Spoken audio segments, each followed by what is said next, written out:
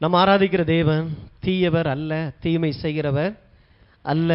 நம்மை சுற்றி நடக்கிற அநேக காரியங்களை பார்க்கும் பொழுது ஏன் என் வாழ்க்கையில் இப்படி நடக்குது, அல்லது மற்றவங்க வாழ்க்கையில் இவ்வளோ கொடூரமான காரியங்கள்லாம் நடக்குமா, ஆச்சரியமாக இருக்குது. ஏன்னா அந்த மனுஷன் ரொம்ப நல்லவர், எந்த எறும்புக்கும் கேடு செய்யாதவர், ரொம்ப நல்ல மனுஷன், ஆனால் அழிஞ்சுக்கிட்டு இருக்கிறார். மாற்றி மாற்றி அவர் வாழ்க்கையில் துன்பங்கள் நடந்து கொண்டே இருக்குதுன்னு சொல்லி நம்மள அறியாமலே அநேக கேள்விகள் நமக்குள்ள ஓடிக்கிட்டே இருக்கும். அப்படி சொல்லும் பொழுது ஏன் அப்போ தெய்வம்னு ஒருத்தர் இருந்தால் ஏன் இதெல்லாம் இப்படி நடக்குது, கடவுள் ஏன் இவ்வளவு தூரத்துக்கு கொடூரமானவராக இருக்கிறார்? இந்த மழை சீசன் ஆரம்பிக்க போது அங்கங்கே வெள்ளம் வரும். வந்த உடனே பார்த்தீங்கன்னா ஹெட் நியூஸில் பார்த்தீங்கன்னா எல்லாமே இதாகத்தான் இருக்கும், கடவுளை குறித்து தான். கடவுளின் கோபம், கடவுளுடைய உக்கிரம். ஸோ இதுக்காக கடவுளுடைய கோபத்தை தணிக்கிறதுக்கு அங்கங்கே எல்லா வேலைகள்லாம் நடக்கும். இதை வச்சு நாம் ஒரு முடிவுக்கு வந்துடக்கூடாது. உலகத்தில் சுற்றி நடக்கிற காரியங்கள் கடவுளை உங்களுக்கு காட்டக்கூடாது. மாறாக வேதம்தான் தேவனை உங்களுக்கு காட்டுகிறதா இருக்கிறது. இதுக்குள்ளே இருந்து உலகத்தை பார்க்கணுமே ஒழிய உலகத்துக்குள்ளே இருந்து நீங்கள் தேவனை கண்டுபிடிக்கவே முடியாது. ஏன்னா தேவன் உண்டாக்கின உலகம் இன்னைக்கு நீங்கள் பார்க்குற உலகமாய் இல்லை. தேவன் உண்டாக்குனது ஆதியாகமம் 1:2 தான் இருக்குது. ஆதியாகமம் 1ஆம் அதிகாரம் 2ஆம் அதிகாரத்தில் பார்த்தீங்கன்னா தேவன் இந்த உலகத்தை அவ்வளவு நல்லதாய் உண்டாக்கினார்.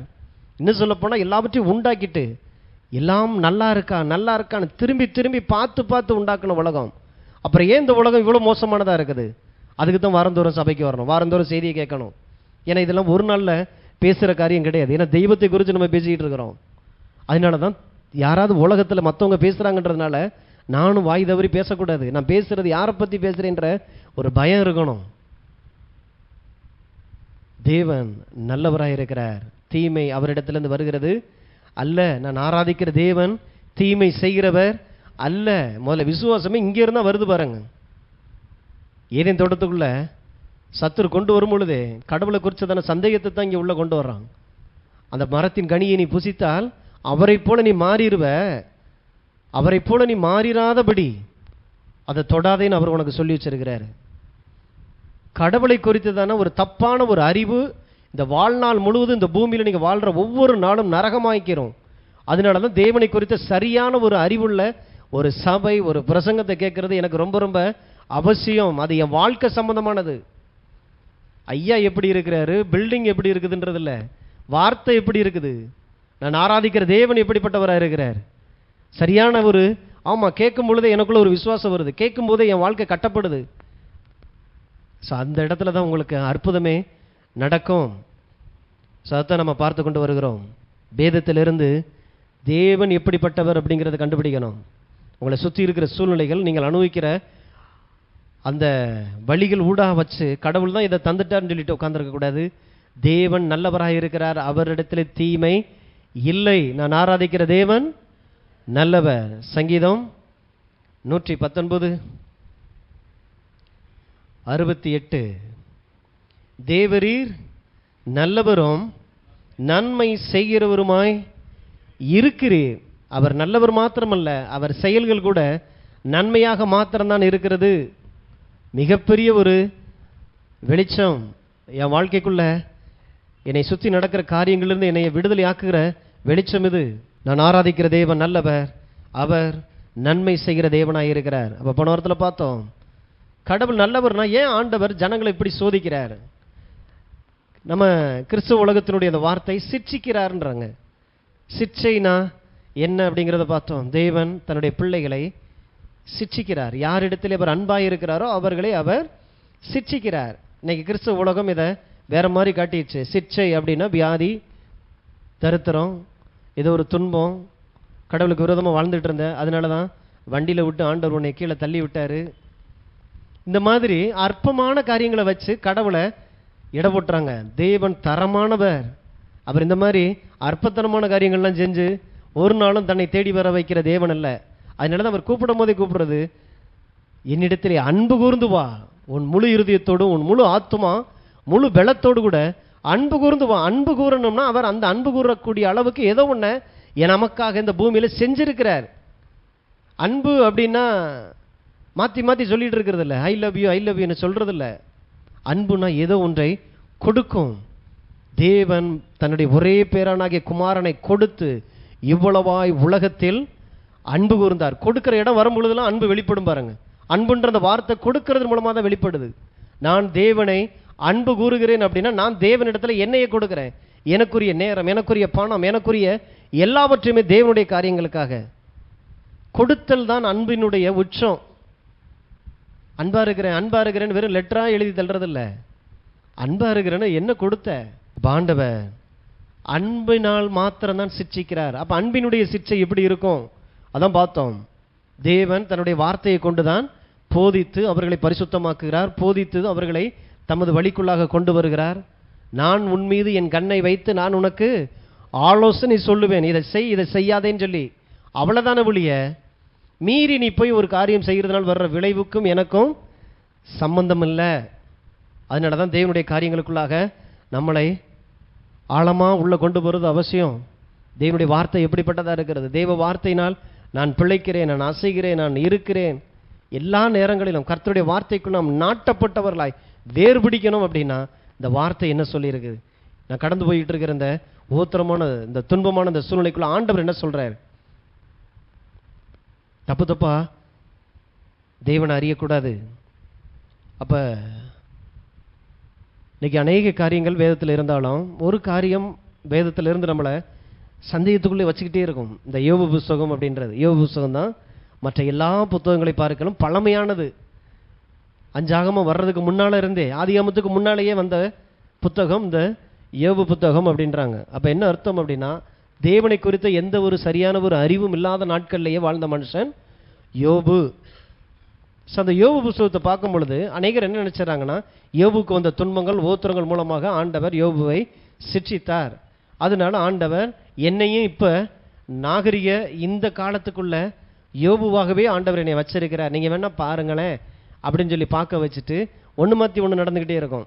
இப்போ தான் என் மனைவி ஆஸ்பத்திரி கூட்டிகிட்டு போயிட்டு வந்தேன், அடுத்து என் பிள்ளையை கூட்டிகிட்டு போயிட்டு வர்றேன், அடுத்து இந்த நான் போயிடுவேன், வேணா நீங்கள் வேணா பாருங்களேன். இது என்னத்தை பார்க்க, அதான் போயிடுவியே, அதான் சொல்லிட்டு தான் இருக்கிறியே. பாருங்கள் என் தொழிலில் என்ன நடக்குதுன்னு பாருங்கள். நான் வச்ச கடையை இன்னொருத்த வைக்கிறேன், அவனுக்கு நல்லா போகுது, எனக்கு போகாது. பெரிய கண்டுபிடிப்பை கண்டுபிடிச்சிட்டு யோபு மாதிரி உட்காந்துருப்பார்.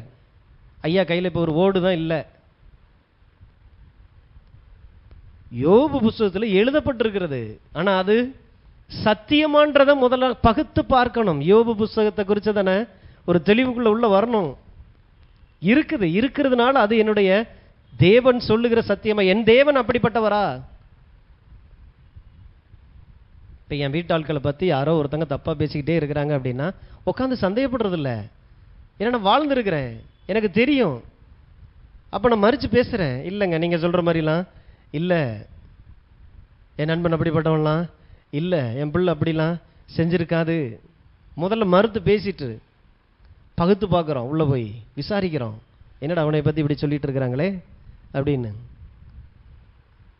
ஸோ அந்த மாதிரி பகுத்து பார்க்கணும். அப்போ இருக்கிற காரியங்களை வச்சு ஒரு முடிவுக்கு வந்துடக்கூடாது. நான் தேவனுடைய பிள்ளையாக தேவனுடைய ஞானத்தை பெற்றுக்கொள்ளும்படி ஆண்டவர் நம்மளை அழைச்சிருக்கிறார். யோபு புஸ்தகம் வெறும் முதல் அதிகாரத்திலிருந்து ஒரு காரியத்தோடு கூட ஆரம்பிக்கப்படுது. சில வார்த்தைகள் அதில் சொல்லப்பட்டிருக்கிறதுனால அதுதான் யோபுடைய முடிவுன்னு அங்கேயே நின்றக்கூடாது. யோபு புஸ்தகத்தினுடைய கடைசி பகுதியை பார்க்கணும். வாசிங்க யோபு 42.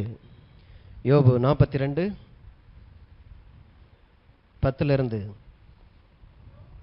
யோபு தன் சிநேகிதருக்காக வேண்டுதல் செய்த போது கர்த்தர் அவன் சிறையிருப்பை மாற்றினார். யோபுவுக்கு முன் இருந்த எல்லாவற்றை பார்க்கிலும் இரட்டத்தனையாய் கர்த்தர் அவனுக்கு தந்தருளினார்.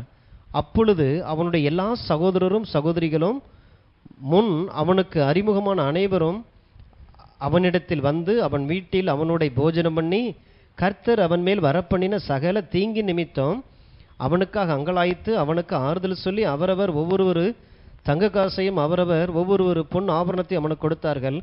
கர்த்தர் யோபின் முன்னிலையை பார்க்கிலும் அவன் பின்னிலையை ஆசீர்வதித்தார். 14,000 ஆடுகளும் 6,000 ஒட்டகங்களும் 1,000 ஏறுகளும் 1,000 கழுதைகளும் அவனுக்கு உண்டாயின. 7 குமாரரும் 3 குமாரத்தைகளும் அவனுக்கு பிறந்தார்கள்.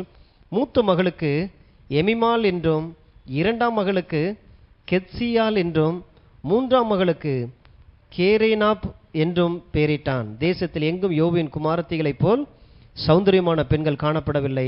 அவர்கள் தகப்பன் அவர்கள் சகோதரி நடுவிலே அவர்களுக்கு சுதந்திரம் கொடுத்தான். இதற்கு பின்பு யோபு 140 வருடம் உயிரோடு இருந்து 4 தலைமுறையாக தன் பிள்ளைகளையும் தன் பிள்ளைகளுடைய பிள்ளைகளையும் கண்டான்.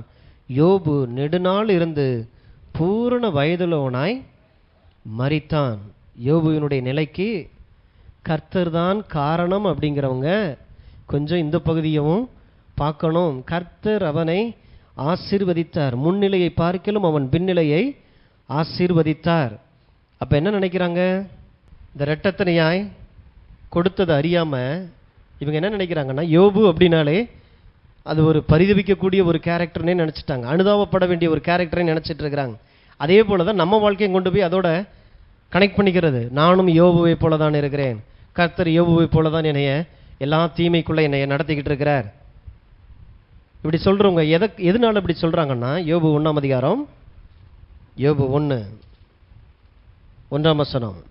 ஊத்ஸ் தேசத்திலே யோபு என்னும் பேர் கொண்ட ஒரு மனுஷன் இருந்தான். அந்த மனுஷன் உத்தமனும் சன்மார்க்கனும் தேவனுக்கு பயந்து பொல்லாப்புக்கு விலகுகிறவனுமாயிருந்தான். அவனுக்கு 7 குமாரரும் 3 குமாரத்தைகளும் பிறந்தார்கள். அவனுக்கு 7000 ஆடுகளும் 3000 ஒட்டகங்களும் 500 ஏர் மாடுகளும் 500 கழுதைகளும் மிருக ஜீவன்களும் இருந்ததுமன்றி திரளான பணிவிடைக்காரரும் இருந்தார்கள். அதனால் அந்த மனுஷன் கிழக்கத்தி புத்திரரில் எல்லாரிலும் பெரியவனாயிருந்தான். அவன் குமாரர் அவனவன் தந்தன் நாளிலே தங்கள் வீட்டிலே விருந்து செய்து தங்கள் 3 சகோதரிகளையும் தங்களுடைய போஜனம் பண்ணும்படி அழைப்பார்கள். இவரை குறித்து சொல்லும் போது சொல்கிறாங்க, அவர் நல்லவர், உத்தமர், சன்மார்க்கன், தேவனுக்கு பயந்தவன், சமுதாயத்தில் பெரிய மனிதனாக இருந்தார். அப்போ இப்படிப்பட்ட மனிதன் இவனை பார்த்து தான் பிசாசு சொல்கிறாரு, இந்த பூமியில் தேவனுடைய நன்மைகளை அனுபவித்து கொண்டிருக்கக்கூடிய ஒரு மனிதனை பார்த்து சத்ரு இப்படி வாழ்ந்துட்டு இருக்கிற ஒரு மனுஷனை குறை சொல்லும்படியாக 6வது வசனம். ஒரு நாள் தேவபுத்திரர் கர்த்தருடைய சந்நிதியில் வந்து நின்றபோது சாத்தானும் அவர்கள் நடுவிலே வந்து நின்றான். கர்த்தர் சாத்தானை பார்த்து, நீ எங்கிருந்து வருகிறாய் என்றார். சாத்தான் அவனுக்கு பிரதியுத்தரமாக, பூமி எங்கும் உலாவி அதில் சுற்றி திரிந்து வருகிறேன் என்றான். கர்த்தர் சாத்தானை நோக்கி, என் தாசனாகிய யோபுவின் மேல் கவனம் வைத்தாயோ? உத்தமனும் சன்மார்க்கனும் தேவனுக்கு பயந்து பொல்லாப்புக்கு விலகுறவனுமாகிய அவனைப் போல பூமியில் ஒருவனும் இல்லை என்றான். அதற்கு சாத்தான் கர்த்தருக்கு பிரதியுத்தரமாக, விருதாவாகவா தேவனுக்கு பயந்து நடக்கிறான்? நீர் அவனையும் அவன் வீட்டையும் அவனுக்கு உண்டான எல்லாவற்றையும் சுற்றி வேலி அடைக்கவில்லையோ? அவன் கைகளின் கிரியையை ஆசீர்வதித்தீர், அவனுடைய சம்பத்து தேசத்தில் பெருகிற்று. தேவன் ஆசீர்வதித்தால் என்ன நடக்கும்? சொத்து தேசத்தில் பெருகும். ஆசீர்வாதத்துக்கு அவ்வளோ பெரிய வல்லமை அதில் இருக்குது. தேவன் ஆசீர்வதிக்கிறார். எல்லாரையும் நம்ம ஆசீர்வதிக்கிறோம்னா என்ன அர்த்தம்னா, இந்த ஆசீர்வாதம் உங்கள் தலைமையில் இந்த பூமியில் உயர்தரமான ஒரு வாழ்வுக்குள்ளே கொண்டு போயிடும். குறைஞ்சா ஒரு வாழ்க்கை, குறைவான தாழ்ச்சியான இல்லாத ஒரு வாழ்க்கையை தான் தேவன் விரும்புகிறார். ஏன்னா இதை வச்சு எப்படியோ குழப்புறார் போல. இன்னைக்கு அநேக உபதேசங்களா இதில் இருந்து தான் கடவுளை மோசமானவராய் காட்டுகிறதா இருக்கிறது. சாத்தான் சொல்கிறான், சும்மாவா அவன் உண்மை ஆராதிக்கிறான், சும்மாவா அவன் சர்ச்சுக்கு வர்றான், சும்மாவா உங்களை தேடிக்கிட்டு இருக்கிறான். நீர் அவனையும் அவனுக்குரிய எல்லாவற்றையும் சுற்றி வேலி அடைத்திருக்கிறீர். வேலினா என்ன அர்த்தம்? எதற்கு வேலி? பாதுகாப்பு. எந்த தீமை உள்ள வரக்கூடாதுங்கிறதுக்கு. சொல்றது யாரு? சாத்தானே சொல்றான். நீர் அவனையும் அவனுக்குரிய எல்லாவற்றையும் சுற்றி வேலி அடைத்திருக்கிறீர். எந்த தீமை நடந்துடக்கூடாது, எந்த பொல்லாப்பு அந்த வீட்டுக்குள்ள வந்துடக்கூடாது. தேவன் இன்னைக்கு நம்மளை ரத்தத்தினால மூடி இருக்கிறார், ரத்தத்தினால வேலி அடைத்திருக்கிறார். நீங்களும் உங்களுடைய குடும்பத்தார், உங்களுடைய தொழில், உங்களுடைய உடைமைகள் எல்லாம் தெய்வத்தினால் பாதுகாக்கப்பட்டதாக இருக்கிறது. உங்களுடைய எதிர்காலம் பாதுகாப்பாக இருக்குது. உலகத்தில் இன்னைக்கு பெண் பிள்ளைகளை பெற்றுட்டா மடியில் நெருப்பு கட்டுறோம். ஏன் பிள்ளைய கடவுளுக்காக அர்ப்பணித்து பழகுங்க, கடவுளுக்குள்ள கொடுத்து பழகுங்க. நெருப்பு கட்ட வேண்டியது இருக்காது, ஃப்ரீயாக இருக்கலாம், எங்கேனாலும் அனுப்பலாம். கடவுள் சொல்கிற எல்லைக்குள்ள என் பிள்ளை தனியாக எங்கேனாலும் ட்ராவல் பண்ணும், போகும், வரும். ஏன்னா தேவனுடைய பாதுகாப்பினுடைய வேலி என் குடும்பத்துக்குள்ளே இருக்குது, என் தொழிலில் இருக்குது. யாரும் அதை கெடுத்து போட முடியாது. இல்லை, என் தொழில் நடக்கிற இடத்துல யாரோ எலுமிச்சம்பழத்தை போட்டு போயிட்டாங்க, ஏதோ ஒன்று வச்சுட்டு போயிட்டாங்க, அதனால் என்னமோ ஒன்று நடந்துகிட்டு இருக்கு, இங்கே நடந்துக்கிட்டு இருக்குது. சரியான அறிவுள்ள இருக்கு. நான் யாரு? கிறிஸ்துனுடைய ரத்தத்தினுடைய வல்லமை எப்படிப்பட்டது? நான் யாரு சொன்னதுனால அந்த தொழிலை நான் ஆரம்பிச்சிருக்கிறேன்? செய்வேன பில்லி சூனியம். இன்னைக்கு நிறைய பேர் இதை நம்புறாங்க பாருங்க. நம்பிதான் ஆகணும், ஏன்னா கிறிஸ்துக்குள்ள இல்லை. பலவீனர்கள். இஸ்ரவேலை ஆசீர்வதிப்பதை கர்த்தருக்கு பிரியம். சபிக்கும்படி பிழையாம் வந்து நின்னா கூட, அநேக பிழையாம்கள் நமக்கு தெரியும். நம்ம தூங்கிட்டு இருக்கிறோம். நம்ம நாசமா போறதுக்காக நிறைய பிழையாம்கள் நமக்கு தூங்கிட்டு இருக்கும் போதெல்லாம் சுத்தி சுத்தி வந்துட்டு இருக்கலாம். ஒன்றும் உன்னை சேதப்படுத்த மாட்டாது. கண்ணை மூடனா பீழையாம் வரக்கூடாது. கண்ணை மூடனா என்னை ஆசீர்வதிக்கிற கர்த்தர் தான் தெரியணும். யாரையோ கண்டு பயந்துகிட்டு இருக்கக்கூடாது. என் தேசத்துல, என் எல்லையில எங்கேயுமே தீமை நடக்கக்கூடாதுன்னு தான் ஆண்டவர் வாக்கு பண்ணியிருக்கிறார். துஷ்டன் உன் வழியாய் வருவதில்லை, அவன் முற்றிலும் சங்கரிக்கப்பட்டிருக்கிறான். வாயை திறந்து சொல்லும் பொழுது அந்த சங்கரிப்பெல்லாம் நிப்பாட்டப்படும். நீங்க வாயை திறந்து சொல்லணும். ஆதாமை உண்டாக்குனதுக்கு அப்புறம் தேவன் இந்த பூமியில ஒரு வேலையை கூட அவர் நேரடியா செய்யல. தான் உண்டாக்கின மனிதனை கொண்டு தான் அவர் செஞ்சுக்கிட்டே இருக்கிறார். செங்கடலை பிளக்கணும்னா யார் கையில குச்சி வந்தது? மோசே குச்சியை எடுத்து நீட்டுனாரு, அதே செங்கடல் பிளந்தது. இப்ப அது மூடணும். நான் அக்கறைக்கு போனதுக்கு அப்புறம் இப்பவும் என்கிட்ட கேட்கறது என்ன? உன் கையில இருக்கிற குச்சியை திரும்ப சமுத்திரத்தின் பக்கமாய் நீட்டுனா மூடினது. அற்புதங்கள் இன்னைக்கு உங்க வாழ்க்கையில் நடக்கணும். உங்களுடைய உதவி இல்லாம தேவன் உங்க வாழ்க்கையில் அற்புதங்களை செய்ய மாட்டார். அப்ப முதல்ல அந்த தெய்வத்தை குறித்த அறிவு, அந்த தேவன் என்னை என்னவா நினைச்சிருக்கிறார், எப்படி என்னை உண்டாக்கிறார், நான் கிறிஸ்துவுக்குள் என்னவா இருக்கிறேன், ஆழமான சத்தியங்கள். இதை நீங்க புரிந்து கொள்ளும் போது உங்க வாழ்க்கையில மறுரூபம் உண்டாகும். இல்லை, எங்கேயோ ஒரு இடத்துல அற்புதம் நடக்குதுங்க, நான் போயிட்டு வந்தேன், அதனால என் வாழ்க்கை அற்புதமா மாறிடுச்சு, அதனால இன்னொரு நாள் ஐயா அந்த பக்கம் வரும்பொழுது எப்படியாவது போயிடணும். வெறும் அற்புதத்துக்காக அலைஞ்சு திரிகிற ஒரு வாழ்க்கைக்கு ஆண்டவர் நம்மளை அழைக்கலை. ஆண்டவர் நம்மளையே அற்புதமா மாற்றி விட்டு தான் உலகத்துக்கு நீ வெளிச்சமாய் இருப்பாய், உலகத்துக்கு நீ உப்பாய் இருப்பாய். உன்னை பார்க்கும் போதே அவன் வாழ்க்கையில் அற்புதம் நடந்திருக்கணும். உன் முக தரிசனத்தை ஜனங்கள் தேடுவார்களே. ஆண்டவர் சொல்றாரு, உன் நாமம் என் நாமம் உனக்கு தரிப்பிக்கப்பட்டிருக்கிறது என்பதை கண்டு தேசத்தின் ஜாதிகள் பயப்படுவார்கள். ஆசீர்வதிக்கப்பட்ட ஆட்கள் நாம. நம்ம ஆவி, ஆத்துமா, சரீரம், நம்முடைய எல்லாமே ஆசீர்வதிக்கப்பட்டதா இருக்கு. இதை நான் விசுவாசிக்கணும். முதல்ல பார்த்தா அப்படி தெரியல, முதல்ல விசுவாசிக்க ஆரம்பிங்க. வாய் தானா பேச ஆரம்பிக்கும். ஆண்டவரே, உம்மாலே நான் ஆசீர்வதிக்கப்பட்டு இருக்கிறேன், உம்மாலே நான் வேலி அடைக்கப்பட்டு பாதுகாக்கப்பட்டு நான் இருக்கிறேன். ஆண்டவரே, என் எதிர்காலம் பாதுகாப்பாக இருக்கிறது உம்முடைய கரத்திற்குள்ளாக. அர்ப்பணிப்பு.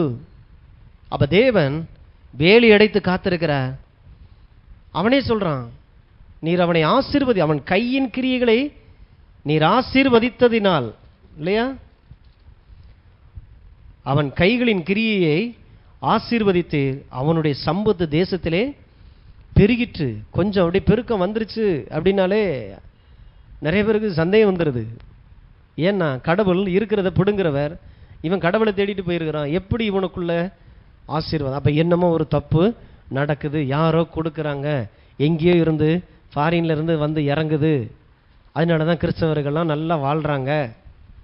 இது தெரியல. தேவனுடைய ஆசீர்வாதம் நம்மை வனாந்தரத்தில் கூட வாழ வைக்கும், அந்த இடத்துல கூட நம்மளை பெருக பண்ணும். கர்த்தர் அன்பை காட்டுனா யோபு போல தானே சிச்சிப்பார். எப்படி? ஆண்டவர் தானே யோபுட்ட இருந்து எல்லாத்தையும் பிடுங்கினார் இல்லையா, எடுத்தார் இல்லையா. அதனால இவங்க எப்படி ஆசீர்வதிக்கப்பட முடியும், இப்படி வாழ முடியும்? ஆசீர்வாதம்னா நிறைய பெருகிறது இல்லை, ஆசீர்வாதம்னா தேஞ்சு போகிற வாழ்க்கைன்றத உலகம் நம்பிக்கிட்டு இருக்குது. அப்போ தேவன் யோபுக்கு இவ்வளோ பெரிய பாதுகாப்பை தந்தும் வேலி அடைச்சும் எப்படி இவரால் வேலியில இருந்து வெளியில் வர முடிஞ்சது, பிசாசினுடைய காரியங்களுக்குள்ள கடந்து போக முடிஞ்சது? காரணம் என்னன்றது அவரே சொல்றாரு 12வது வசனத்துல. கர்த்தர் சாத்தானை நோக்கி, இதோ அவனுக்கு உண்டானவை எல்லாம் உன் கையில் இருக்கிறது, அவன் மேல் மாத்திரம் உன் கையை நீட்டாதே என்றார். அப்பொழுது சாத்தான் கர்த்தருடைய சந்நிதியை விட்டு புறப்பட்டு போனான். இதோ அவனை நான் உன் கையில் ஒப்பு கொடுக்கிறேன். இதை, இந்த வசனத்தை இப்படி பார்த்துட்டாங்க. ஆண்டவரே யோபுவை சாத்தான் கையில் ஒப்பு கொடுத்தார். இவனை என்னன்னாலும் வச்சு செஞ்சுக்க, ஆனால் அவனை சாகடிக்க மட்டும் செஞ்சிடாதுன்னு சொல்லி ஒரு டீல் பேசி யோபுவை சாத்தான் கையில் ஒப்பு கொடுத்துறது போல சொல்றாரு. ஆனால் இன்னைக்கு வேதத்தில் நாம் பார்த்தோம் அப்படின்னா அவனுக்கு உண்டானவை எல்லாம் உன் கையில் ஏற்கனவே இருக்குது. எப்படி? பயம்ன்ற ஒரு வார்த்தை ரொம்ப மோசமான ஒரு ஆயுதம். பயம். ஆவிக்குரிய உலகம் தேவனுடைய பிரமாணங்களின்படி விதிகளின்படி தான் இயங்குது. அங்கே விசுவாசம் பார்த்தீங்கன்னா இருக்கிறதுலே மகாபெரிய சக்தி. அதனால தான் அந்த விசுவாசத்தை தேவன் நீங்கள் ரட்சிக்கப்பட்ட போது உங்கள் இருதயத்துக்குள்ள அனுப்பினார். விசுவாசன்றது என்னது? தேவன் ஒன்று சொல்லியிருப்பார், ஆனால் அதற்கு விரோதமாய் நீங்கள் கண்ணால் பார்க்கறது, காதால் கேட்கறது, எதையும் நம்ப மாட்டீங்க. உங்கள் வாய் திரும்ப திரும்ப அவர் என்ன சொன்னாரோ அதையே சொல்லிக்கிட்டே இருக்கும். அந்த வாழ்க்கையை விரும்பும், அந்த வாழ்க்கைக்கு நேரம் போகவே ஆசைப்படும். அதுக்கு பேர் தான் விசுவாசம். அந்த விசுவாசத்தை கொலைச்சு போடுறதுக்கு எதிரடையாய் அனுப்பப்படுகிற சக்தி தான் பயன்றது. அப்படியே விசுவாசத்துக்கு ஆப்போசிட் பார்த்தீங்கன்னா பயம். பயன்றது ரொம்ப ரொம்ப மோசமானது. எதுவுமே தேவன் சொன்னபடி என் வாழ்க்கையில் நடக்க விடாமல் பண்ணக்கூடிய மிகப்பெரிய மோசமான கொடூரமான ஒரு சக்தி தான் பயம். ஏன்னா நல்லவர், யோபு சன்மார்க்கன், உத்தமர், தேவனுக்கு பயந்தவர், சரியான அறிவில்லை. அதனுடைய விளைவு பயத்தை உள்ள கொண்டு வருது. வேலியை இப்போ இவரே பிச்சுக்கிட்டு இடம் கொடுக்குறார். கொஞ்சம் இடம் கிடைச்சா போதும் சத்துருவுக்கு, மீதி அவன் பார்த்துட்றான். அதனால தான் பிசாசுக்கு இடம் கொடாது இருங்கள்னா ஒரு தெய்வீக பாதுகாப்பு உங்களை சுற்றி இருக்குது. அந்த பாதுகாப்பை நீயே எடுத்து விட்டுறாத. நான் பாதுகாப்பு கொடுத்துருக்கிறேன் உனக்கு, நீ இடம் கொடுக்காது. இங்கே வாசிச்ச என்ன தெரியுதுன்னா தேவன் இடம் கொடுத்தது போல தெரியுது. தேவன் ஒரு பொழுதும் பிசாசை தன்னுடைய பிள்ளைகளுடைய மாற்றத்திற்காக, மறுரூபத்திற்காக, மனம் திரும்புதலுக்காக தேவன் ஒரு பொழுதும் பிசாசை பயன்படுத்துவது இல்லை. முதல்ல ஆழமாக தெரிஞ்சுக்கங்க. பிசாசனுடைய உதவி ஆண்டவருக்கு தேவையே இல்லை. எந்த மனிதனையும் பிரகாசிப்பிக்கிற மெய்யான ஒளியாக அவர் இருக்கிறதுனால ஒரு பொழுதும் பிசாசின் இடத்துல போய் உதவி கேட்டு போய் ஆண்டவர் நிற்கல. அப்ப என்ன சொல்றாரு? ஏற்கனவே பயந்து பயந்து உன் கையில தான் எல்லாத்தையும் ஒப்பு கொடுத்துருக்கிறான். ஏற்கனவே உனக்குள்ளதான் இருக்கிறான்றாரு. ஆண்டவர் கொண்டு போய் யோபுவை பிசாசின் கரத்துல கொடுக்கல. இதோ உன் கையில் எல்லாமே இருக்குதே. அப்ப ஏற்கனவே உன் கையில கொடுத்துட்டான். இன்னைக்கு நல்லவர்களாக இருக்கிறது ரொம்ப ரொம்ப அவசியம். ஏன்னா இன்னைக்கு கெட்டு போகக்கூடிய சூழ்நிலைகள் நம்மளை சுற்றி நாகரிக உலகம் நாகரிக உலகம்னு சொல்லிட்டு அநாகரிகமான காரியங்கள் மனசுக்குள்ளே உள்ளே வந்துருச்சு பாருங்க. மனசு இருதயம்லாம் அப்படியே சுருங்கிருச்சு, எல்லாமே சுயநலமாக இருக்குது. அதுக்கு மத்தியில் நம் நல்லவர்களாக தேவனுடைய அந்த குணாதிசயங்களை வெளிப்படுத்தக்கூடிய ஒரு ஆற்றல் மிக்கவர்களாக இருக்கிறது ரொம்ப ரொம்ப அவசியம். ஆனால் அப்படிப்பட்டவர்கள் அறிவில்லாமல் இருப்பது நல்லது அல்ல. விசேஷமாக வேத அறிவு, வேதத்தை குறித்த சரியான தெளிவு வேணும். யாராவது எதையாவது ஒன்று சொல்லிட்டதுனால அப்படியே எதுவும் பைபிள் தானேன்னு சொல்லி எடுக்கிறதில்ல. போன சொன்னது போல தான் பைபிள் வேதம் தெய்வ ஆவியானவரால் ஏவப்பட்டு எழுதப்பட்டதாக இருக்கிறது. இவைகள் நாம் சீர்படுத்துறதற்கும் கடிந்து கொள்ளுதலுக்கும் உபதேசித்தலுக்கும் இதை நாம் பயன்படுத்துகிறோம். அதற்கு பயன்படுத்தும்படி தான் பரிசுத்த ஆவியின் இதை கொடுத்துருக்கிறார். யாராவது ஒருத்தர் என்னை நல்வழிப்படுத்தணும்னா வார்த்தைக்குள்ளேருந்து என்னை நல்வழிப்படுத்துங்கன்னு நிற்கணும். நீ இப்படி போவ நாசமாக போயிடுவேன் உடனே ஐயா சொல்லிட்டு நம்ம நாசமாக போயிடுவோம். எதுக்கு அவர் வாயில் போய் விழுவானே? எல்லாத்துக்கும் பயந்துட்டு இருக்கக்கூடாது. நான் கற்பார, நீ வந்து விழுந்தாலும் நீ தான் அழிவ, நான் வந்து உருண்டு விழுந்தாலும் நீ தான் அழிவ, பார்த்துக்க, ஜாக்கிரதை. ஏன்னா இவர் 2 ஜெபத்துக்கு பதில் வாங்கியிருக்கிறாரு. 2 ஜெபத்துக்கு நான் பண்ண ஜெபத்துக்கு பதில் வந்துருச்சு. அதனால நான் தான் பெரிய ஆளு, நான் என்ன பண்ணாலும் நடந்துரும். அன்பினால் கிரியை செய்கிற விசுவாசமே உதவும். விசுவாசம் அன்போடு கூட பேசப்படணும். ஸோ சத்தியத்தை அறியும்படி ஆண்டவன் எதிர்பார்க்க. அப்போ பிசாசு எப்படி நுழைய பார்க்கிறான்? எந்த சத்தியத்தை நான் அறியணும்? பிசாசினுடைய நோக்கம் என்னன்னு பார்த்தீங்கன்னா விசுவாசிகளை தோற்கடித்து எப்படியாவது துன்பப்படுத்தி தேவனுடைய அன்பை விட்டு இவனை வெளியில கொண்டு வரணும். தேவன் எப்பயுமே அன்பா இருக்கிறார். நான் அவருக்குள்ள இருக்கும்போதும் அன்பா இருக்கிறார், நான் பாவியாக இருக்கும்போதும் அன்பா இருக்கிறார். நான் தேவன் மேல வைக்கிற அந்த அன்பிலிருந்து என்னை வெளியில கொண்டு வரணும்னா ஓத்திரங்கள் துன்பங்கள் வந்த உடனே, போன வாரம் பார்த்தோம் இல்லையா, ஓத்திரம் துன்பம் எதற்கு வருது? மார்க் 4 அதிகாரத்தில் இருக்குல்ல. ஓத்திரமும் துன்பமும் வந்த உடனே வார்த்தையை விட்டுறோம். ஐஸ்வர்யம், உலகத்தினுடைய கவலை, ஐஸ்வர்யத்தினுடைய மயக்கம், ஓத்திரம் துன்பம் வந்த உடனே வார்த்தைங்க ஒன்றும் செயலிழந்து போகுது. கற்பாறையில் விதைக்கப்பட்ட விதையாக இருக்கிறார்கள். வார்த்தைங்க அழிஞ்சு போகுது. அப்போ ஓத்திரம் துன்பமும் எதற்கு அனுப்பப்படுகிறது?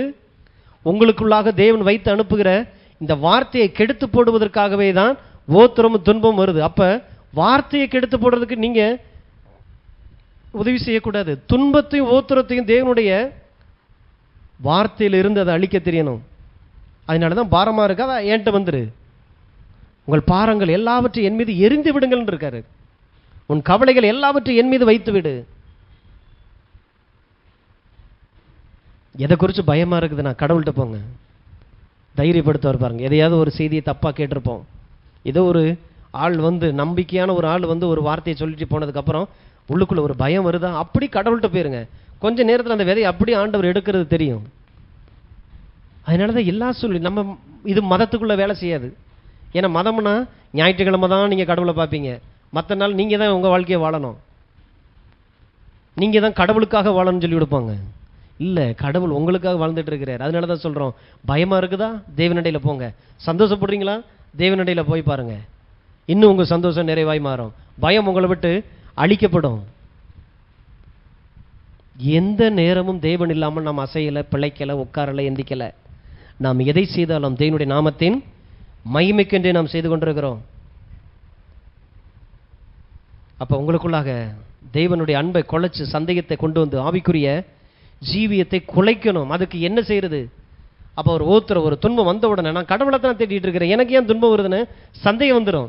நான் ஜெபம் தான் பண்ண, ஆனால் என் ஜெபத்துக்கு எதிரான காரியம் நடந்துகிட்டு இருக்குதே, என்ன அறியாமலே எனக்குள்ளேயே சந்தேகம் வந்துடுது. அப்போ கடவுள் தான் இதை செஞ்சிருக்கிறார்.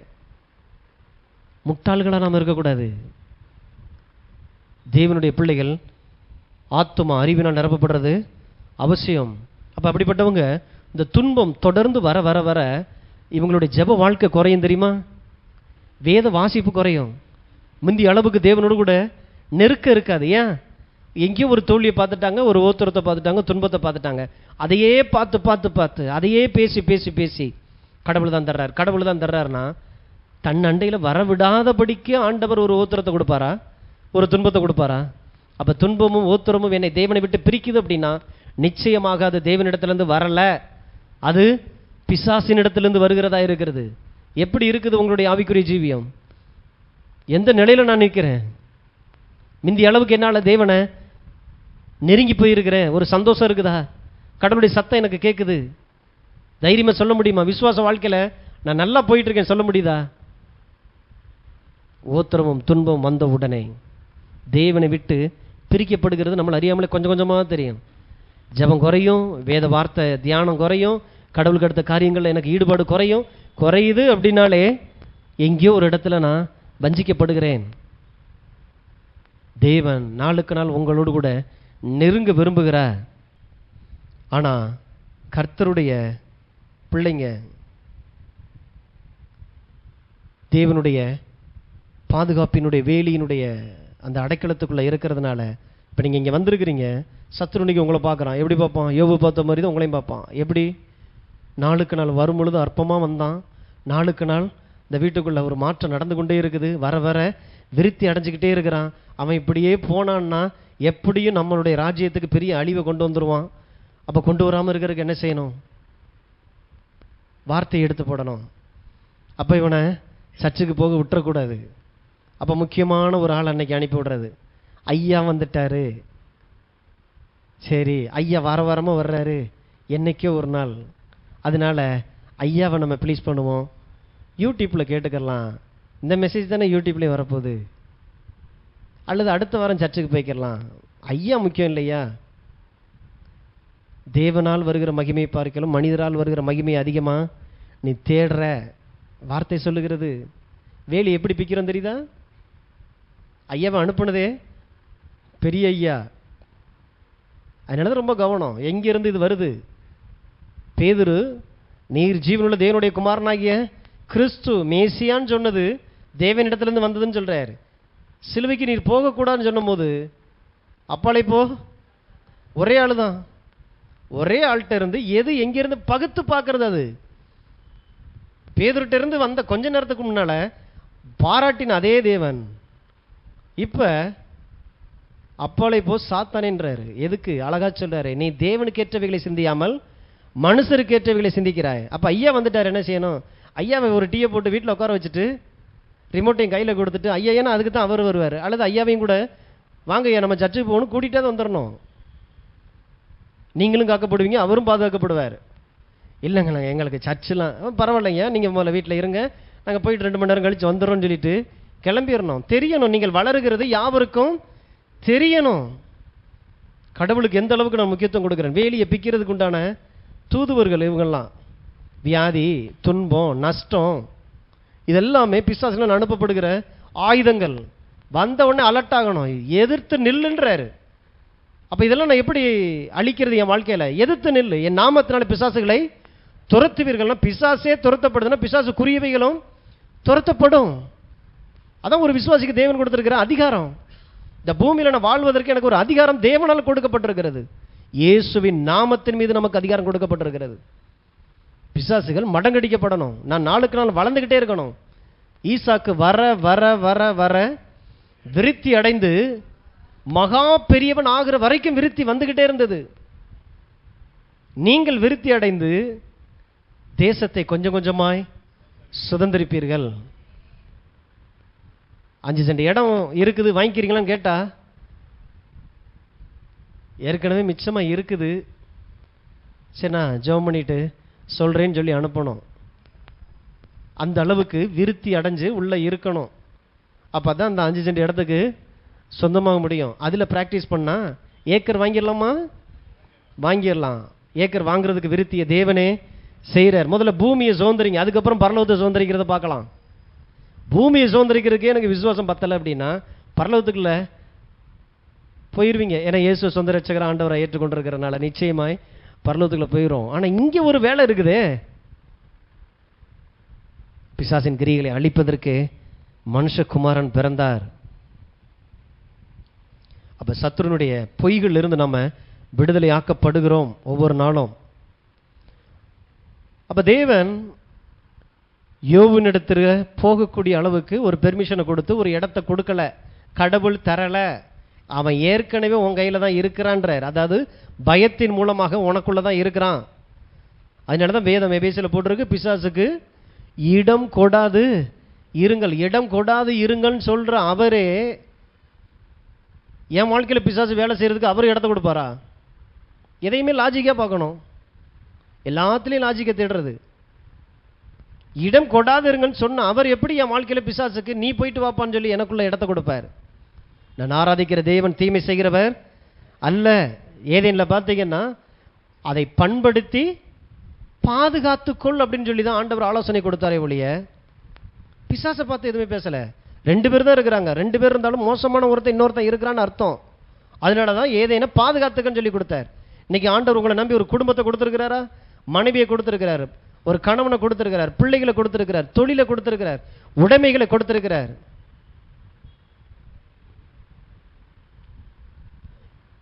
ஐஸ்வர்யத்தை காக்கிறவன் பராக்கிரமசாலி.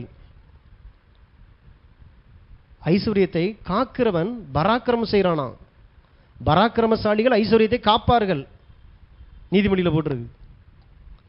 அதாவது தேவையில்லாத நஷ்டங்கள்ல இருந்து, தேவையில்லாத வேஸ்ட்ல இருந்து பராக்கிரமசாலிகள் அதை காப்பார்கள். வேலி தேவனுடைய வார்த்தை நமக்கு. இன்னைக்கு அநேகர் ஆதாமை போல இருந்து வேலியை திறந்து விட்டுறாங்க.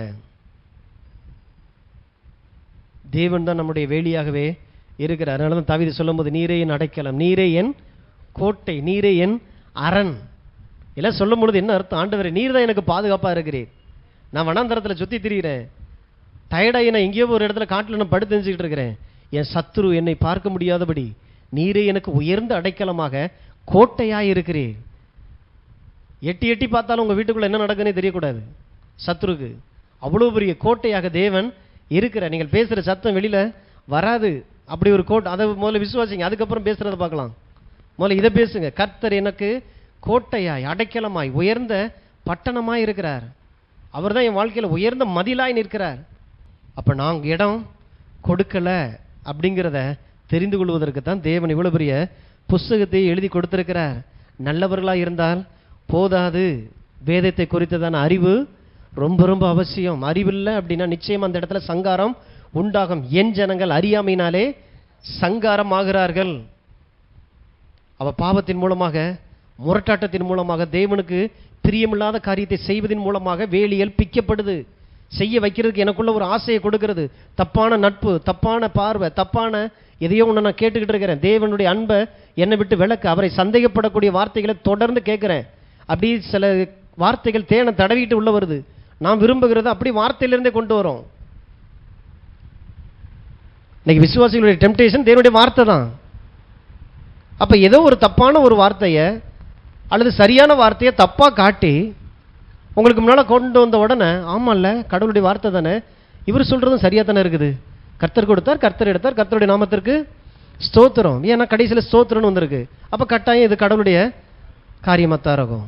ஏன்னா ஸ்தோத்திரம் வந்துருச்சு இல்லையா. ஸ்தோத்திரம்னு போட்ட உடனே அது தெய்வ காரியமாக நினச்சிடக்கூடாது. என் வாழ்க்கையில் நடக்கிற தீமைக்கும் கடவுளுக்கும் எந்த சம்பந்தமும் இல்லை.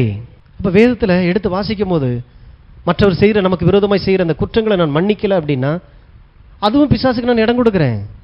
காணிக்கை கூட கொண்டு வந்து காணிக்கைப்பட்டி கீழே வச்சுட்டு போ, முதல்ல உன் சகோதரனோடு கூட ஒப்புரவாயிட்டு போ. அந்த வழியில் உன் வாழ்க்கைக்குள்ளே பிசாசுக்கு இடம் கொடுக்காத. சிலர் பார்த்தீங்கன்னா எல்லா பக்கமும் சமாதானத்தை சொல்கிறது, ஆனால் நமக்கு பிடிக்காத ஆள் இருந்தால் அந்த பக்கம் திரும்புறதே இல்லை. அதுக்காகவே சுற்றி சுற்றி பார்த்து போய் உட்கார்றது. ஏன் 4 பேர் சுற்றி இருக்கிறான், 4 பேரும் நமக்கு பிடிச்ச நடுவில் போய் உட்காந்தோம்னா சமாதானம் சொல்கிறதுக்கு சரியாக இருக்கும். சமாதானம் சமாதானம் சமாதானம்.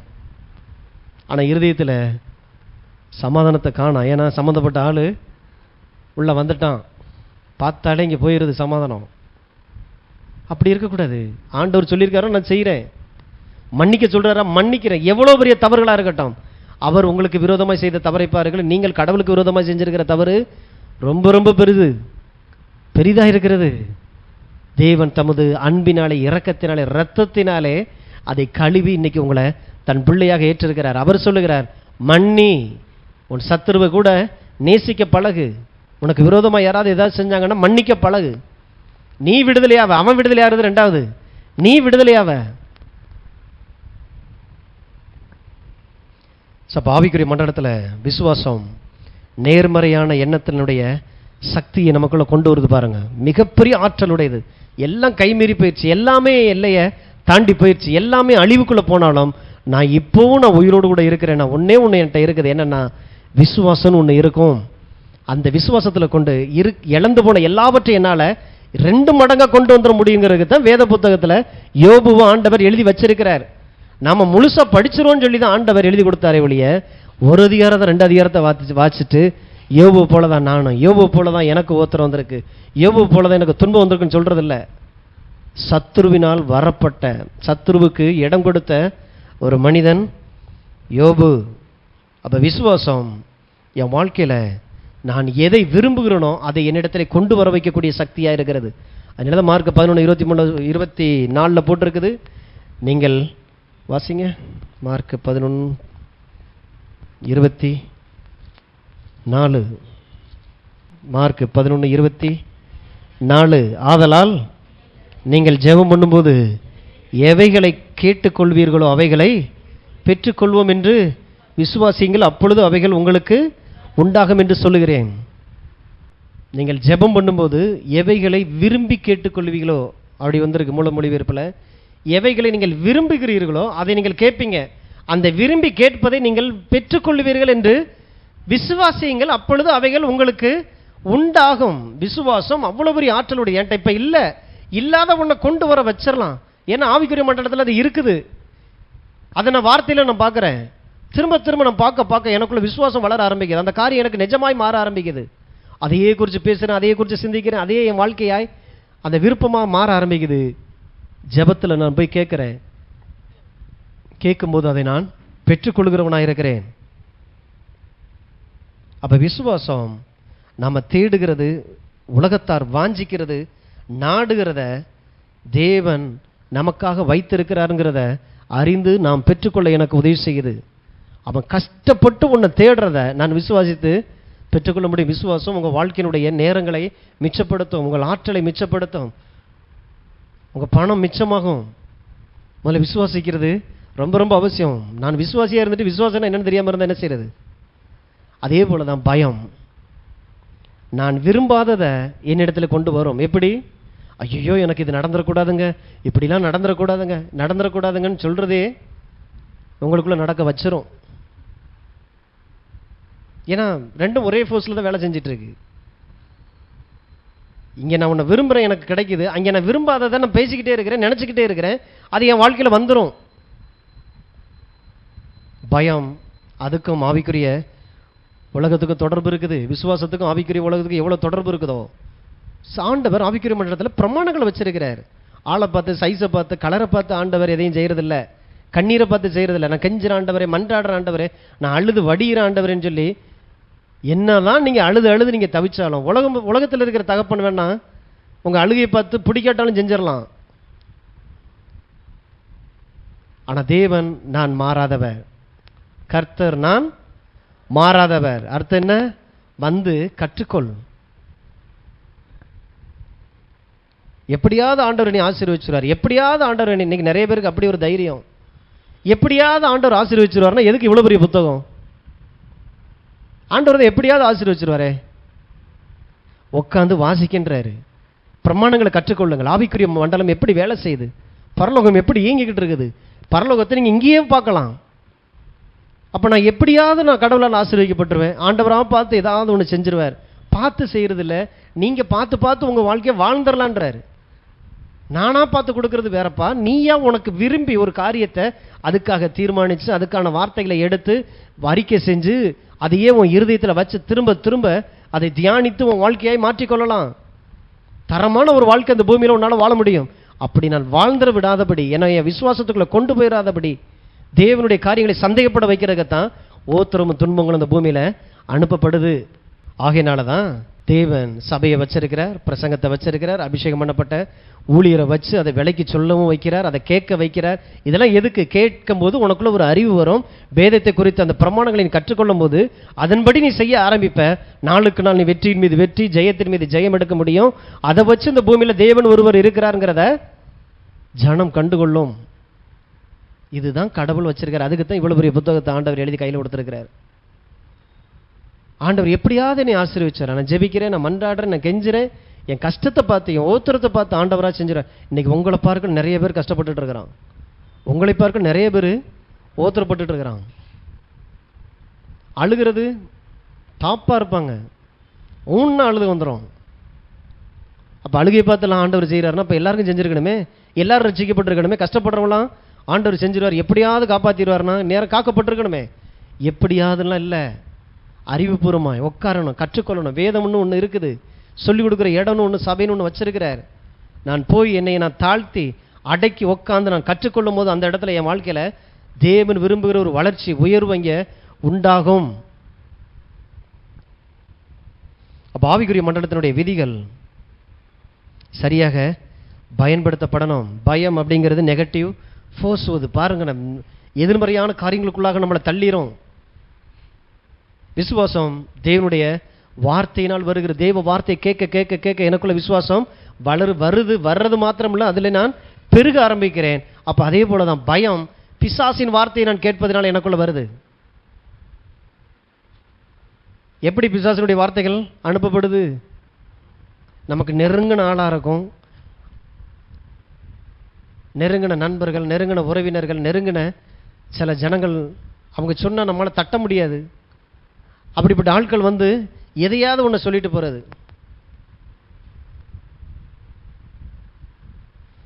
இதை செய்யுங்க நல்லா இருப்பீங்க, அதை செய்யுங்க நல்லா இருப்பீங்க, நாங்கள் அதை பண்ணோம், இந்த அவர் இதைத்தான் பண்ணார், அதனால அப்படி ஆயிடுச்சு. கடவுளுடைய வார்த்தையை நான் விசுவாசிக்கணும். வசனத்தை கேட்க கேட்க எனக்குள்ள விசுவாசம் சக்தியாக உள்ள பெருகும். அதே போல தான் பயம் சம்பந்தமான வார்த்தைகளை நீங்கள் கேட்க கேட்க எதிர்மறையான காரியம் உங்களுக்குள்ள பெருக ஆரம்பிக்கிறது. எபிரேயர் 11:1 அப்படி தானே போட்டிருக்கு. விசுவாசமானது நம்பப்படுகிறவைகளில் உறுதியும் காணப்படாதவைகளின் நிச்சயம். நம்பப்படுகிறவைகளில் உறுதி, அதாவது நீங்கள் ஒரு காரியத்தை விரும்பி அதையே நீங்கள் நம்பிக்கிட்டே இருக்கிறீங்க, எதிர்பார்க்குறீங்க. பயம் நடக்கக்கூடாத ஒரு காரியத்தை, வெறுக்கிற ஒரு காரியத்தை குறித்ததான ஒரு உறுதி. எனக்கு இது நடந்துரும், என் வாழ்க்கையில் இதுதான் வரப்போகுது, நான் சொல்கிறேன் பாரு, நீ இப்படித்தான் அலைய போகிற. பிள்ளைகளை குறித்து நம்ம என்ன பேசுகிறோம்? பயப்படுறத வார்த்தையாக போட்டு பேச ஆரம்பிச்சிட்டாலே அந்த இடத்துல செயல்பட போகுதுன்னு அர்த்தம். குடும்பத்தை குறித்து என்ன பேசணுமோ அது இன்னைக்கு கண்ணுக்கு முன்னால் வந்து நிற்கும். என்னைக்கே பேசுனது, நான் கடவுளை தான் தேடுறேன், நான் ஜெபம் தான் பண்ணுறேன், நான் எல்லாம் தான் செய்கிறேன், ஏன் என் வாழ்க்கை இப்படி இருக்குது? மனிதர் பேசும் வீணான வார்த்தைகள் ஒன்று கடைசி நாளில் வீணான வார்த்தை, வேஸ்டான வார்த்தைக்கு கணக்கு கொடுக்கணும். நான் எதிர்மறையானதை குறித்து பேசியிருக்கிறேன். கோபம் அதனால தான் அனுப்பப்படுகிறது. விரக்தி, மனசோர்வு இதெல்லாம் வருதுன்னா ஒரு 5 நிமிஷம் தேவ சமூகத்தை போய் உட்காந்துருங்க. அந்த தேவனுடைய பிரசன்னத்தினுடைய வல்லமை உங்களை புதுப்பிச்சு விட்டுரும். கோபத்திலேயே இருந்துக்கிட்டு அல்லது விரக்தியிலேயே சோர்வுலேயே உட்காந்துருக்கும் பொழுது அந்த நேரத்தில் அள்ளி அள்ளி தெளிக்கிறது வார்த்தையா. கடைசியில் என்ன சொல்றது? நான் கோபப்பட்டேன் அதனால சொல்லிட்டேன். மனசில் வச்சுக்கிறத நான் மனசில் வைக்கல, நான் மனசில் வைக்கல, வைக்க வேண்டிய ஆள் வச்சுட்டு இருக்கிறான். கண்ணுக்கு முன்னால் வந்து நிற்கும் போது அப்புறம் கஷ்டப்படுறது. கடைசியில் கடவுள் என்னைய கைவிட்டார்.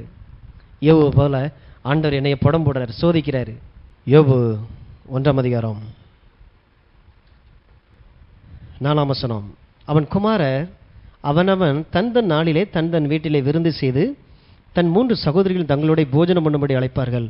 விருந்து செய்கிற அவரவருடைய நாள் முறை முடிகிற போது யோபு, ஒருவேளை என் குமாரர் பாவம் செய்து தேவனை தங்கள் இருதயத்திலே தூசித்திருப்பார்கள் என்று சொல்லி அவர்களை அழைத்து அனுப்பி பரிசுத்தப்படுத்தி அதிகாலமே எழுந்து அவர்கள் எல்லாருடைய இலக்கத்தின்படி சர்வாங்க தகன பலிகளை செலுத்துவான். இந்த பிரகாரமாக யோபு அந்நாட்களிலே செய்து வருவான். அன்னு தினமும் பலி தான் வீட்டில். காரணம் விசுவாசத்தினால வந்த பலி இல்லை, பயத்தினால. என் பிள்ளைங்க கடவுளுக்கு விரோதமானதை பேசியிருப்பான், பரிசுத்தம் இல்லாமல், ஏன்னா வாலிப பிள்ளை வெளியில் போயிட்டு வந்திருப்பான், ஏதோ ஒன்று பரிசுத்தம் குலைஞ்சிருக்கணும், அப்போ ஒன்று பண்ணிடுவோம். தம்பி ஏதாவது பண்ணீங்களா? இல்லைப்பா நான் தெரிஞ்சு எதுவும் பண்ணல. அப்போ தெரியாமல் ஏதாவது பண்ணியிருப்பா, சீக்கிரம் ஒரு ஆட்டுக்குட்டி எட்டுவா. அவிசுவாசம், பயத்தினுடைய உச்சம். இல்லையப்பா நான் எதுவும் பண்ணலையப்பா, எதுக்கும் பண்ணிடுவோம். இன்னைக்கு நிறைய பேர் சத்தமாக துதிக்கிறது எதனால தெரியுமா? பயத்தினால. பயம் அதிகமாக இருந்துச்சுன்னா பாட்டு பலமாக வரும் பார்த்துருக்கீங்களா? இந்த கிராமங்கள்லாம் ராத்திரி நேரத்தில் அப்படி நடந்து போவோம். அந்த பனைமரத்தில் அந்த ஓலை, அந்த காற்று சத்தம்னா சில நேரம் பார்த்தீங்கன்னா ஊன்னு ஒரு மாதிரி இறைச்சலோடு அப்படி வரும். இங்கே பார்த்தீங்கன்னா உள்ள வேறு மாதிரி ஆயிரும். அதை மறைக்கிறதுக்கு இவர் ரொம்ப தைரியமாக இருக்கிறான்னு காட்டுறதுக்காக அந்த சவுண்டை விட இவர் இங்கேருந்து கத்தி பாட்டு பாடிட்டு போவார். இவர் பாட்டை பாடுறதுனால ஆள் ரொம்ப தைரியசாலின்னு நினச்சிடக்கூடாது. இன்னைக்கு நிறைய பேர் கிறிஸ்தவத்தில் தங்களை பெருசாக அப்படி காட்டுறது என்னென்னா உள்ளுக்குள்ள பயம். தேவனிடத்தில் பயந்து வரக்கூடாது, அன்பு கூர்ந்து விசுவாசித்து வரணும். தசமபாவம் கூட பயந்து போடக்கூடாது.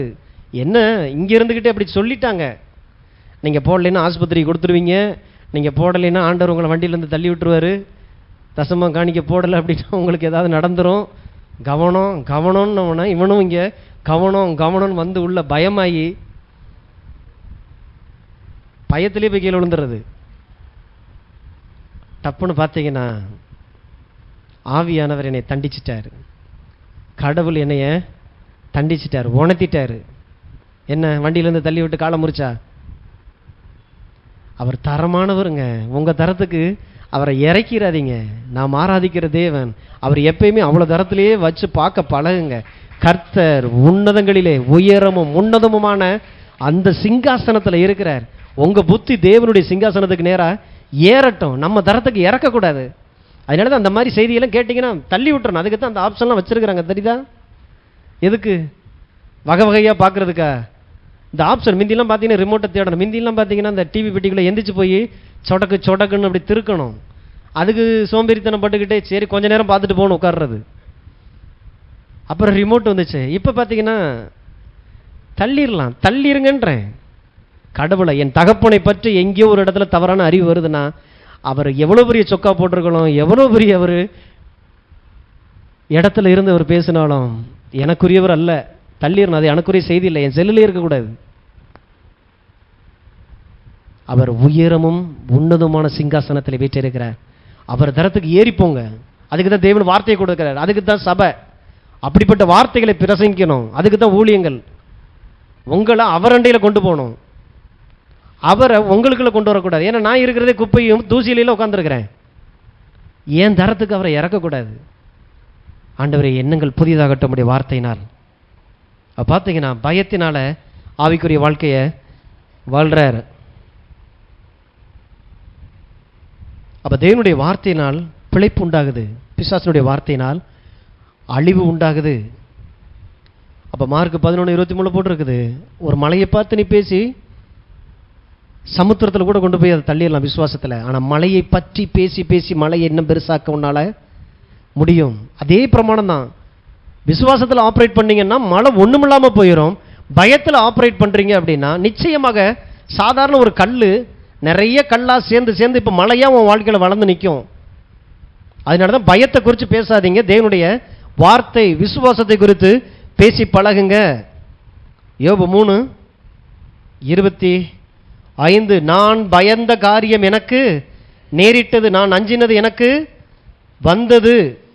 நல்ல மனுஷன், நல்லா வாழ்ந்துகிட்டு இருந்தவன், 500 ஏறு மாடுகள் 500 ஒட்டகங்கள்லாம் வச்சு தேசத்தை கிழக்கத்திய புத்திரர்களில் பெரியவராக இருந்தவர், நல்ல மனுஷன், சன்மார்க்கன், உத்தமன், தேவனுக்கு பயந்தவன். சரியான அறிவில்லை. நான் பயந்த காரியம் எனக்கு நேரிட்டது, நான் அஞ்சினது எனக்கு வந்தது. 21 யோபு 1:21, நிர்வாணியாய் என் தாயின் கற்பத்திலிருந்து வந்தேன், நிர்வாணியாய் அவ்விடத்துக்கு திரும்புவேன். கர்த்தர் கொடுத்தார், கர்த்தர் எடுத்தார், கர்த்தருடைய நாமத்திற்கு. எல்லா அடக்க ஆராதனையிலையும் இதை பேசுவாங்க. கர்த்தர் கொடுத்தார், கர்த்தர் எடுத்தார், நிர்வாணியாய் வந்தார், நிர்வாணியாய் போகிறார். இவங்க சொல்ற நிர்வாணம் உடம்புல தான் துணி இல்லாமல் ஒரு குழந்தை பிறக்குதே ஒழிய, ஆனால் அந்த குழந்தைக்குள்ள ஏற்கனவே நம்ம பேசுனது போல ஆற்றல் அப்படிங்கிற தன்னுடைய ஆற்றலை வித வடிவில் வச்சு அனுப்பியிருக்கிறார். உங்கள் பக்கத்தில் நீங்கள் திரும்பி திரும்பி பாருங்கள், நீங்கள் பார்க்குற ஆள் ஒரு நாள் குழந்தையா நிர்வாணியாக வந்தவர். அவர் தான் இன்னைக்கு இவ்வளோ பெருசாக வளர்ந்து நிற்கிறார், இவ்வளோ பெரிய குடும்பத்தை நடத்திக்கிட்டு இருக்கிறாங்க. அப்போ இவ்வளோ பெரிய ஆற்றல் எங்கேருந்து வந்தது? குழந்தையாக இருக்கும்போது தேவன் உள்ள வச்சு அனுப்பினார், தன்னுடைய பொக்கிஷத்தை உள்ள வச்சு அனுப்பியிருக்கிறார்.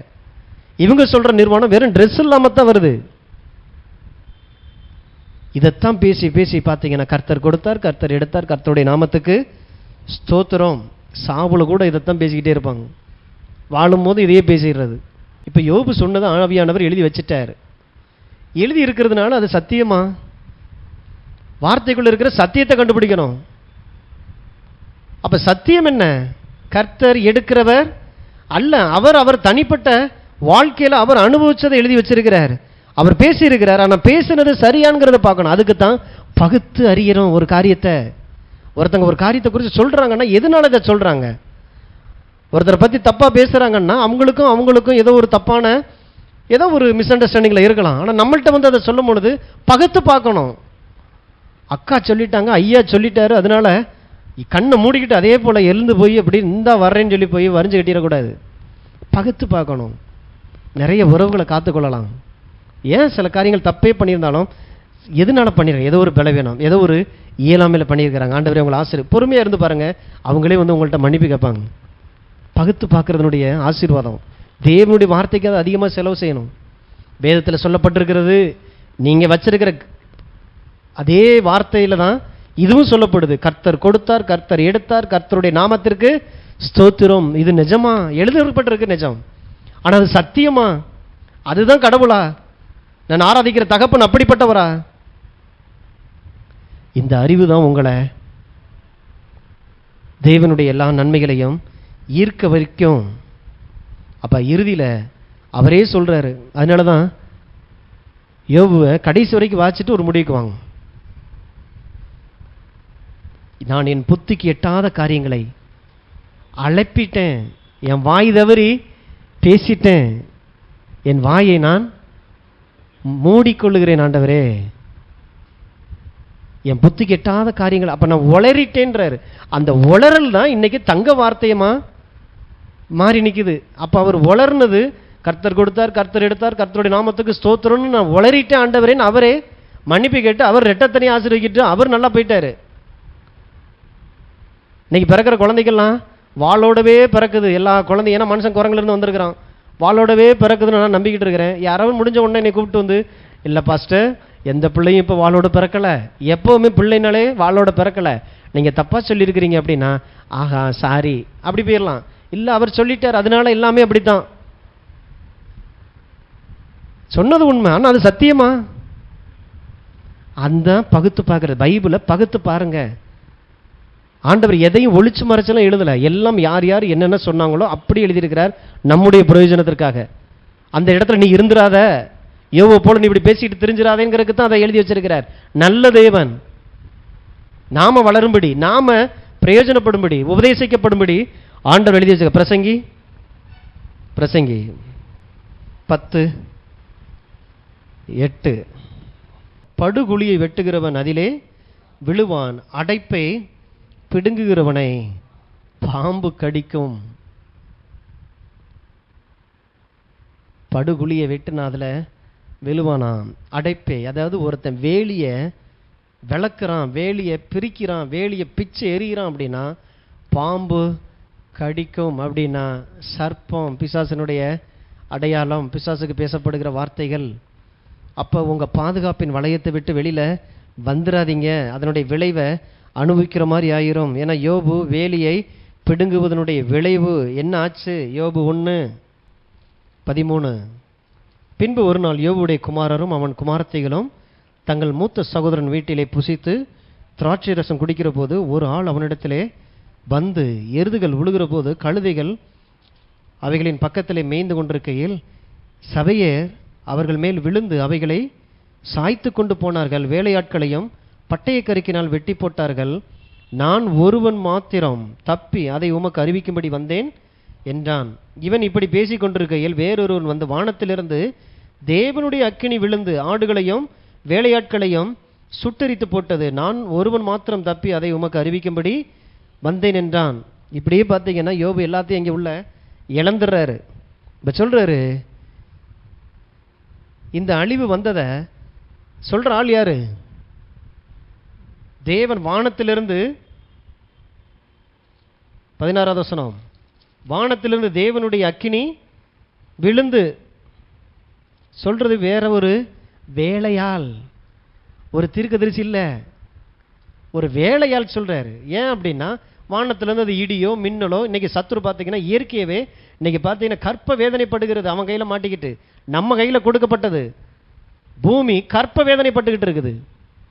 இயற்கை பேரழிவுகள்லாம் இவன் எதையோ ஒன்று பார்த்துட்டான். மேலே இருந்தது மின்னல்னாலேயோ இடினாலேயோ வந்து ஏதோ ஒன்று விழுந்திருக்கு. உடனே இவன் என்ன நினச்சிட்டான்? கடவுள் தான் இதை அனுப்பிட்டார், வானத்திலிருந்து தேவன் அக்கினியை அனுப்பினார் அப்படின்றான். அவன் சொன்னது உண்மையா? வேலையால் சொன்னது உண்மையா? சொன்னது உண்மை. அது சத்தியமா? புரியுதுங்களா? யாரு எந்த இடத்துல எப்படி பேசியிருக்கிறாங்கிறத பகுத்து பாருங்க. பிசாசின் கிரியைகளை அழிக்கவே மனுஷகுமாரன் இந்த பூமிக்கு வந்தார். இயேசு இந்த பூமிக்கு வந்தார், பிசாசின் கிரியைகளை அழிப்பதற்காகவே வந்தார். அதனால தான் இந்த புயல் காற்றெல்லாம் வரும் பொழுது அவர் படகில் பின்னணியத்தில் தலையணையை வைத்து தூங்கி கொண்டிருந்தார். சீசர்கள் அவர்களை எழுப்பின உடனே, இது நான் தான் அனுப்பினேன், உங்களுக்கு ஏதோ ஒன்று கற்றுக் கொடுக்கணும் உட்கார்ந்துருந்தார். எழுந்து காற்றையும் கடலையும் அதட்டினார். காற்றை இறையாதே, கடலே அமைதலாயிரு, அடங்கினது. ஆகையினால தான் 2 தீமோத்தேயு 2ஆம் அதிகாரம் 15ஆம் வசனத்தில் போட்டிருக்கு. 2 தீமோத்தேயு 2:15 நீ வெட்கப்படாத ஊழியக்காரனாயும் சத்திய வசனத்தை நிதானமாய் பகுத்து போதிக்கிறவனாயும் உன்னை தேவனுக்கு முன்பாக உத்தமனாக நிறுத்தும்படி ஜாக்கிரதையாயிரு. உங்களை தான் சொல்றார் ஆண்டவர். நிதானமாய் பகுத்து, அதாவது அதில் இருக்கிற நல்லது எது கெட்டது எதுன்னு பகுத்து பார்க்க தெரியணும். மீன் இருக்குது, மீன் மட்டுமா வாங்கிட்டு வர்றோம், முள்ளையும் சேர்த்து தான் வாங்கிட்டு வர்றோம். ஆனால் சாப்பிடும்போது எடுத்துட்டு சாப்பிட தெரியுது, என்ன பகுத்து சாப்பிட தெரியுதுல்ல. தேவனுடைய வார்த்தைக்குள்ளேயும் போங்க, எல்லாமே இருக்குது. பகுத்து பார்த்து என் தகப்பன் நல்லவருங்கிற கண்ணாடியை மாட்டிட்டு இந்த பார்வையிலேயே அதை பார்த்து படிங்க, எல்லாமே உங்களுக்கு நல்லதாக தெரியும். சந்தேக கண்ணோடு கூட வார்த்தையை அணுகாதீங்க. ஏன்னா நம்ம நல்லா வாழணும்னு சொல்லி ஆண்டவர் விரும்புகிறார். அதைத்தான் ஆண்டவர் எழுதியும் வச்சிருக்கிறார். நாம் நன்றாக இருப்பதை விரும்புகிற தேவனாக இருக்கிறார். ஸோ அதனால தான் ஒவ்வொரு நாளும் நீங்கள் நல்லா இருக்கணும். நீங்கள் எவ்வளோ தூரத்துக்கு விரும்புகிறீங்களோ, நீங்கள் விரும்புவதை பார்க்கல் நீங்கள் நன்றாக இருக்கணும். நீங்கள் விரும்புவதை பார்க்கல் நீங்கள் உயரத்தில் போகணும். நாளுக்கு நாள் நீங்கள் வெற்றி அடையணுங்கிறத விரும்புகிறவர் தான் நாம் ஆராதித்து கொண்டிருக்கிற இந்த தேவன். விசுவாசிங்க, தேவன் தப்பினாலோ ஓத்திரத்தினால் துன்பத்தினால் உங்களை சோதிக்கிறவர் அல்ல. கர்த்தர் நாம் ஆராதிக்கிறவர் நல்லவராக இருக்கிறார். தொடர்ந்து பார்ப்போம். நம்முடைய கேள்விகளுக்கெல்லாம் ஆவியானவர் பதில் தருகிறவராக இருக்கிறார். எழுந்து நிற்போம், ஜெயிப்போம். தகப்பனையும் நன்றியோடு கூட துதிக்கிறோம். இந்த நல்ல நாளிலும் கேட்ட அந்த வார்த்தைக்காக நன்றி செலுத்துகிறோம். மறைக்கப்பட்ட காரியங்கள் கர்த்தர் நீர் நல்லவர் என்கிற அந்த வெளிச்சத்திலே எங்களுக்குள்ளாய் இருக்கிற அந்த இருளுக்குள்ளாக இந்த வெளிச்சம் பாய்ச்சப்படுகிறதா இருக்கிறதே. நாளுக்கு நாள் உம்மாளினங்கள் வளர பெருக ஆண்டவரே உம்மை குறித்து இருந்த எல்லா அவிசுவாசங்கள், எல்லா விதமான பலவீனங்கள் எல்லாவற்றிலும் எங்களை விடுதலையாக்குகிற உம்முடைய தெய்வீக சத்தியத்திற்காக நன்றி செலுத்துகிறேன். கர்த்தர் நீர் எங்கள் வாழ்க்கையிலே நல்லவராக இருக்கிறீர், நன்மை மாத்திரம் நீர் செய்கிற தேவனாக இருக்கிறீர் என்பதை நாங்கள் விசுவாசித்து உம்மை நாங்கள் துதிக்கிறோம், ஸ்தோத்திரிக்கிற ராஜா.